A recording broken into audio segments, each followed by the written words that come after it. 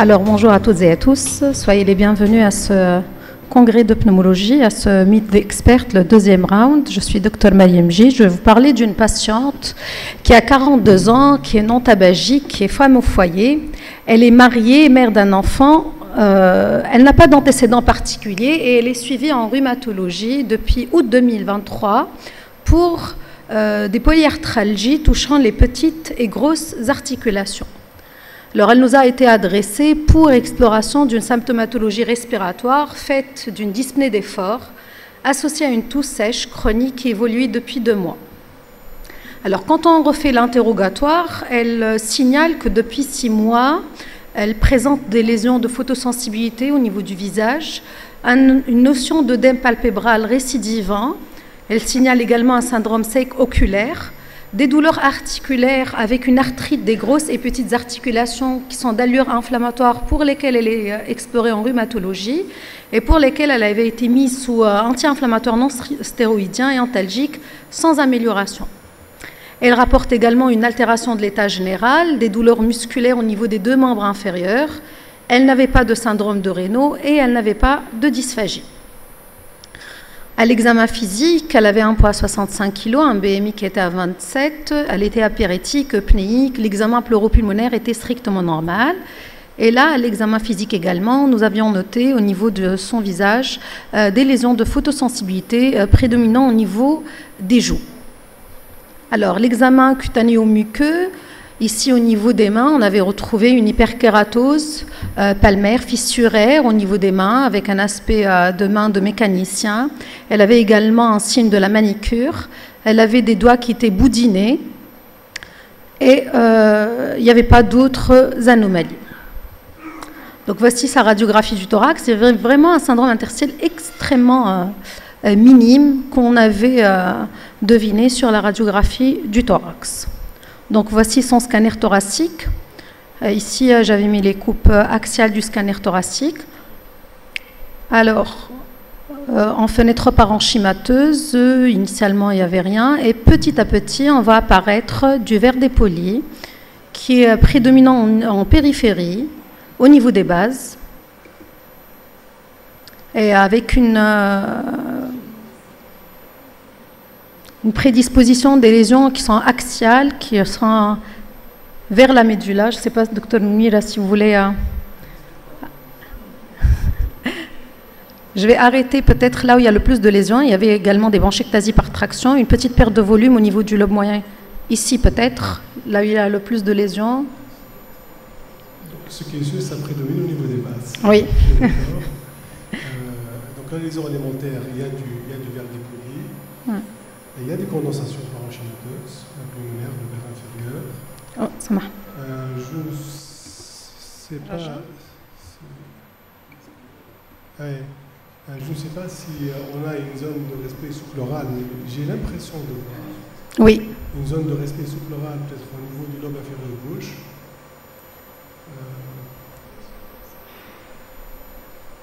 Ici peut-être. C'est au niveau du lobe inférieur gauche, oui. sur la nasale. Je vais essayer d'arrêter là où il y a le respect du... Avec le curseur, c'est pas grave. Si. Ici, peut-être. Possible. Un respect ici. C'est plus évident vers le bas. Ouais. En posture nasale. Peut-être là où il y a des condensations. Voilà, peut-être ici. Ici, j'avais mis juste les coupes. Si. Verre dépoli, condensation parenchymateuse pulmonaire, prédominance lobale inférieure. Il y a des lésions qui sont périphériques, mais il y a aussi des lésions périvasculaires, donc des lésions centrales et périphériques. Contexte d'une pathologie, d'une connectivité, c'est ça? C'est une femme qui est jeune, qui a 42 ans, qui a beaucoup de manifestations extra-respiratoires. Elle a des manifestations musculaires. C'est un pattern de Pins. Exactement. Des condensations parenchymateuses, on peut avoir des associations, on va les voir, je pense. Alors, est-ce qu'il y a des commentaires? Donc, on peut retenir PINS en termes de scanner, oui. PINS PO probable, ce qui nous arrange en termes des hypothèses diagnostiques. Alors, on donne la parole à l'assistance et à Dr. Al-Adbi à côté de moi par rapport au contexte de toutes ces manifestations extra-respiratoires et les pistes d'orientation diagnostique au vu de l'âge de la patiente de ce contexte.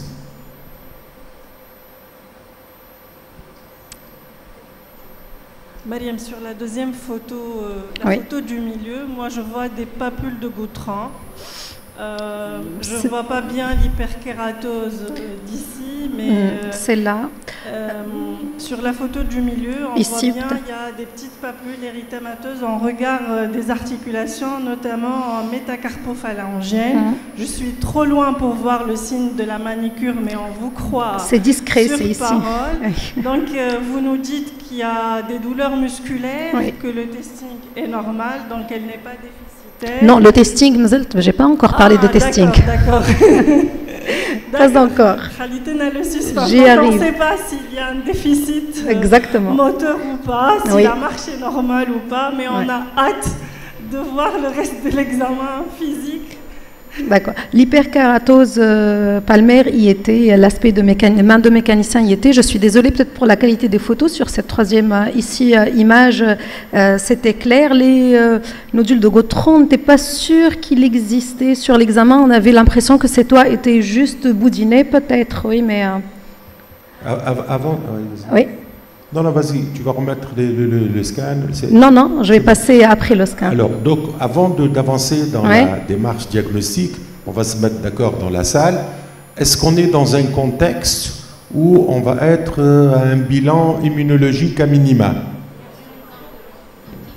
Exhaustif. On est là, évidemment. Donc là, on n'est plus dans l'hypothèse d'un contexte idiopathique. On n'est pas dans le contexte idiopathique. Donc là, on va... En concertation avec les internistes, on va pousser et avancer tout demander pour pouvoir, parce que l'immunologie va être une aide précieuse dans le diagnostic étiologique de cette pneumopathie interstitielle. Quelle l'anticytoplasmique, Maya? On ne l'a pas fait parce qu'on ne l'a pas. Il ne faut pas m'en vouloir. Donc, pour le reste du bilan, pour la biologie standard, sur la NFS, il n'y avait pas grand-chose en dehors d'une hyperleucocytose avec une légère éosinophilie à 360. Les CPK étaient à 1,5 fois la normale, les LDH étaient normaux, la calcémie était normale et le PP était sans anomalie. Pour le bilan immunologique, alors on avait des anticorps antinucléaires positifs mouchetés avec un titre faible à 1 sur 100. Le facteur rhumatoïde a été à 34 pour une limite à 15 selon les normes de notre laboratoire, ce qui faisait qu'il avait 2 fois la normale. Les anti-CCP étaient négatifs. Pour le Dots myositis et Dots sclérosis, on avait tout fait. Pour le Dots myositis, il n'y avait rien de positif en dehors du Ro52 qui était fortement positif à 3 croix. Le Dots myositis comportait quel auto-anticorps? Les anti-Jo1, le PL7, le PL12, le KU, la totale. Le Mi2, oui. Oui, la totale. Ouais, non, on avait tout fait. L'assistance exigeait qu'on fasse tout.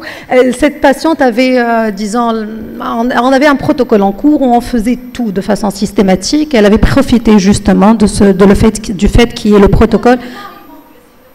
Oui, je te l'avais dit, on ne l'a pas, sinon on l'aurait fait. Donc, mais je te donne la parole. C'est un fait sur lequel elle a insisté tout à l'heure, c'est-à-dire quand on est dans une situation qui est évocatrice, c'est avec un bilan immunologique en dehors du Ro52, il n'y a pas d'autres éléments. Alors ici, le Ro52 positif, avec les manifestations de myosite, on va être d'accord, on est sur une piste antisynthétase. Exactement. Donc, on va se dire que le Ro52 serait le témoin de cette myosite. Je vous ai dit tout à l'heure, on est tout seul, deux situations où ce n'est pas du tout une connectivité, où c'est une myosite. Oui. Et là, le moucheté, je vous ai dit tout à l'heure, l'aspect en fluorescence n'est pas toujours évident quand le cytoplasmique n'est pas toujours reconnu par les immunologistes. C'est pour ça qu'ils ont fait l'anticytoplasmique. Et les Dots myositis actuelles ne montrent pas tous les anticorps des myosites qui peuvent donner des PID. Et donc là, c'est toute la difficulté immunologique. Je n'ai pas voulu trop rentrer dans les détails, mais en fait, c'est pour ça qu'ils ont fait l'anticytoplasmique, pour essayer de rattraper les malades. On en a deux avec Dr Lucille, qui échappent au screening immunologique d'une PID qui semble être une myosite dans le cas de la dermatose.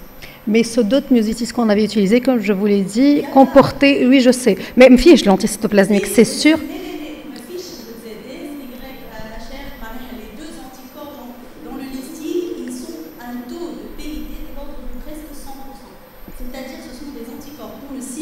Et qui sont fortement associés à la PID. C'est pour ça que vraiment les auteurs américains ils recommandent l'anticytoplasmique parce que ça permet de les montrer. Là, on va être obligé d'aller sur d'autres moyens diagnostiques. Exactement. L'EMG. Voilà. Oui. Donc là, on est sur la piste de la myosite où on n'a pas des anticorps qui évoquent, on a les insuffisances par rapport au diagnostic immunologique. Donc, on peut être un peu plus clinicien et un peu plus agressif en termes d'exploration à visée étiologique. Et l'EMG, c'est une bonne option. Qu'est-ce que tu en penses? Oui, tout à fait. Alors, qu'est-ce qu'on a fait comme autres explorations? On avait fait la BGSA. Elle avait un syndrome certes oculaire, mais on avait quand même complété par la BGSA qui avait montré une saladénite chronique cotation 2 de Chisholm. On avait fait le testing musculaire qui avait conclu à une lourdeur au niveau des muscles proximaux supérieurs et inférieurs, côté 3/5. On avait complété par un électromyogramme qui était sans anomalie, il n'y avait rien sur l'électromyogramme. Et on avait complété par une IRM des parties molles avec justement une IRM des muscles proximaux, des ceintures scapulaires et du bassin qui était strictement normale. Il n'y avait aucune anomalie de signal sur l'IRM des parties molles. On n'avait pas complété par une biopsie musculaire parce que finalement l'IRM est normale. On n'avait pas d'orientation vers où aller biopsier, quel muscle aller biopsier. Donc on n'avait pas complété par la biopsie musculaire. Tu es d'accord, Faraz?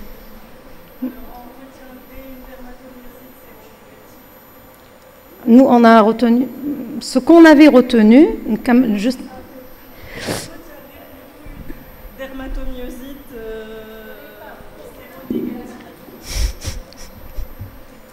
Oui, exactement. Donc nous, on n'avait pas retenu exactement ça. On avait complété ça par le bilan de retentissement qui avait montré une restriction modérée avec une atteinte assez sévère de l'échangeur alvéolo-capillaire. Et bien sûr, le dossier a été présenté en DMD et on avait coché certaines cases. Alors, on était face à une patiente qui avait une PID confirmée, pour laquelle on avait exclu d'autres étiologies, chez laquelle on avait du mal à retenir une connectivité. Elle n'avait pas les critères nécessaires pour retenir une connectivité bien définie. Et c'est une patiente qui avait des domaines positifs du domaine clinique, avec les fissures digitales, avec l'arthrite inflammatoire, et du domaine morphologique, elle avait une pince.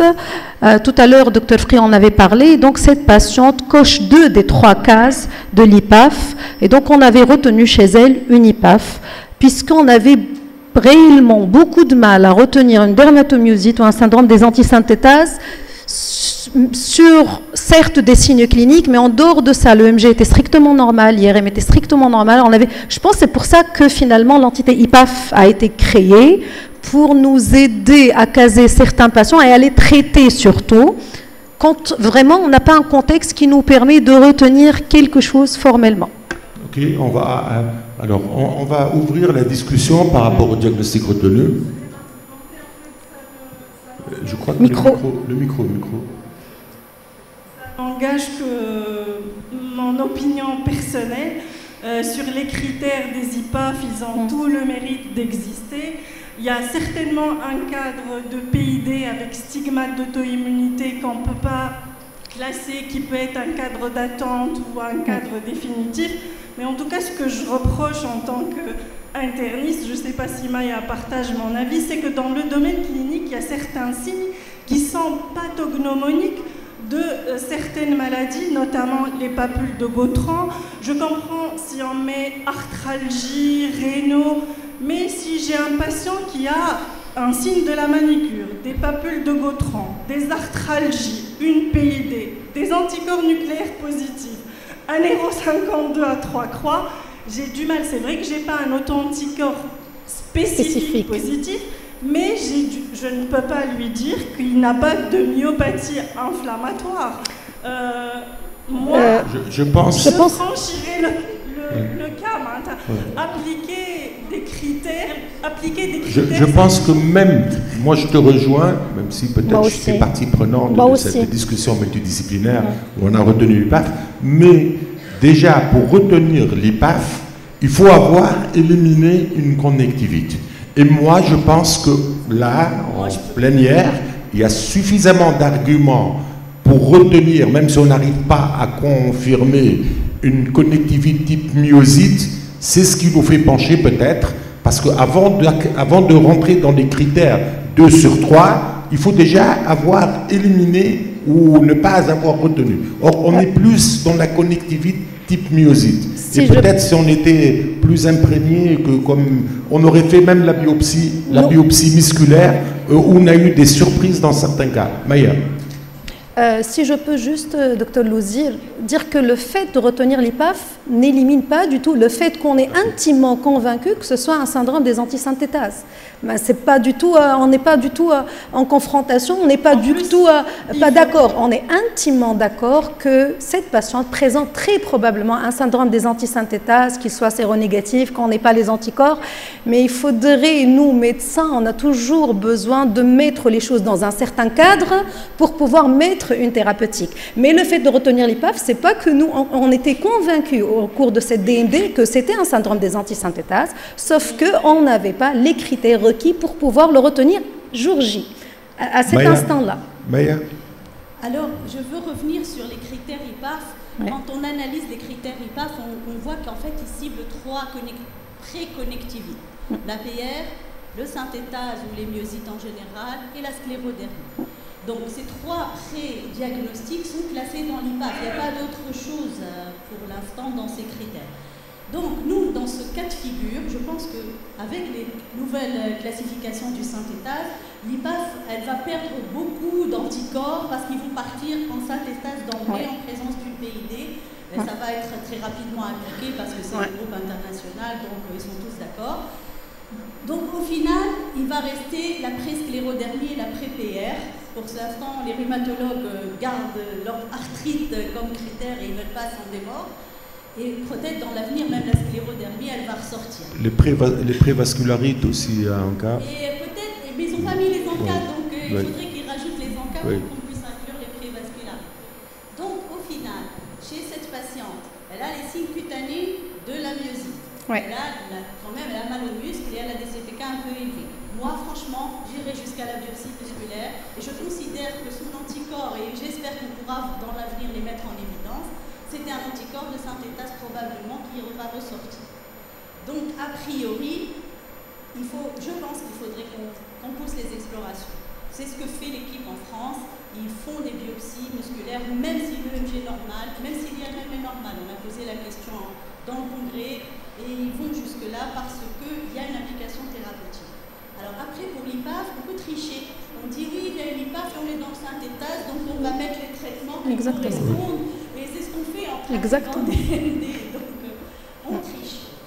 Donc, oui, tu voulais prendre la parole? En plus, chez cette patiente, il faut faire très attention.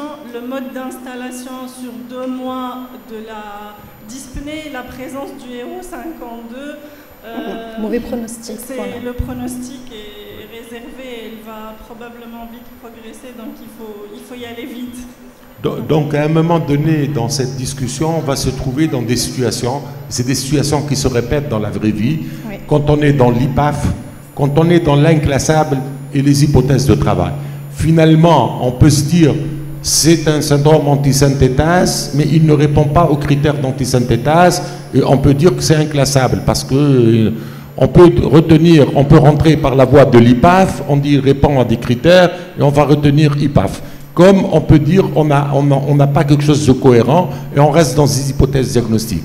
Je pense que le plus important, c'est après, il faut qu'il y ait des hypothèses, il faut oser, il faut avancer pour pouvoir proposer un traitement. Et il faut que le traitement, on va voir, il va être, vous allez voir, il va être cohérent avec tout ce qu'on pense, et entre autres, avec une PID à potentiel évolutif.